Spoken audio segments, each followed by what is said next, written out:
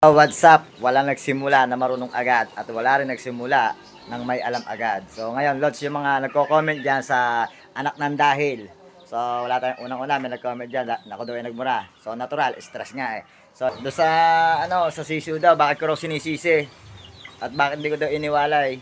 Mag-isip ka nga na mabuti. Malay ko ba nang bababag yun? Kasalanan ko ba nang bababag yun? Tapos sabihin nyo, walang isip.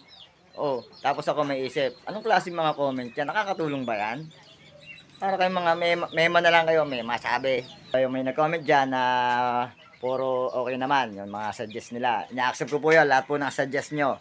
So, ngayong umaga nga po yung update ko sa videos ng anak ng dahil. So, eto na po sila ngayon. Ayan. Ayan, update. So, healthy na sila. So, ngayon, yung mga nag-comment sa akin, ba't di raw ako gumagamit ng vaccine? O sige, sasagutin natin yan. Bakit di ako gumagamit ng vaccine? Unang-una, number one, magastos. Pangalawa, 6 na piraso lang, babaksinan mo pa. Magkano vaccine? 400 to 500. Ilang patak lang? 12 patak lang. Tapos, pagkatapos mo i-vaccine, ililibing mo. So, may intindihan ko sana, mga lods. Yung iba kasi, nanlalait. So, wala naman silang alam. Yun nga, nakakapanghinayang kasi itatapon mo lang naman. Paano pa yung ibang vaccine, di ba?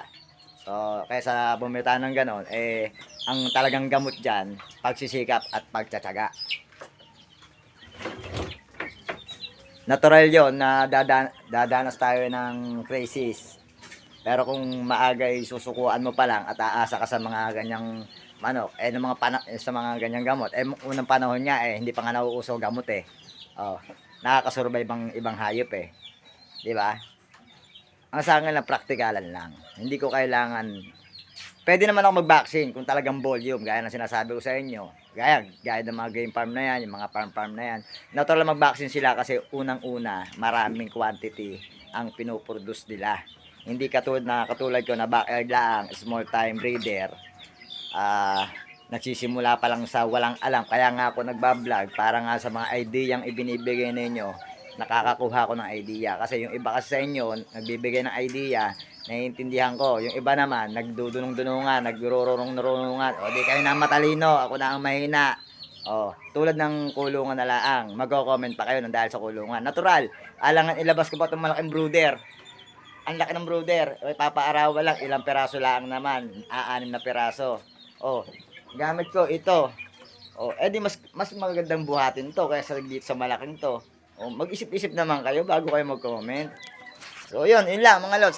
God bless sa lahat. Sa lahat ng mga breeder, sa lahat ng mga backyard at lalong-lalo sa mga kapwa ko breeder na small time breeder lang. Yun, shoutout sa inyo. God bless. Maraming salamat sa mga nag-comment. Hindi ko na iisa-isahin ng mga pangalan ninyo kasi hindi ko naman alam sa inyo kung update pa kayo sa mga videos ko. Puro kayo comment, puro kayo panlalait. No? Yun, marami naman akong update ng mga videos nito. Ngayon, kung kapabayaan ko, bakit buhay? Kung pabayaan ko, kung malala, bakit buhay lahat? Di ba? So, yun lang na muna. Umiinit ang ulo ko sa inyo, napapanot na ako sa inyo. Ayun, peace out. God bless lahat.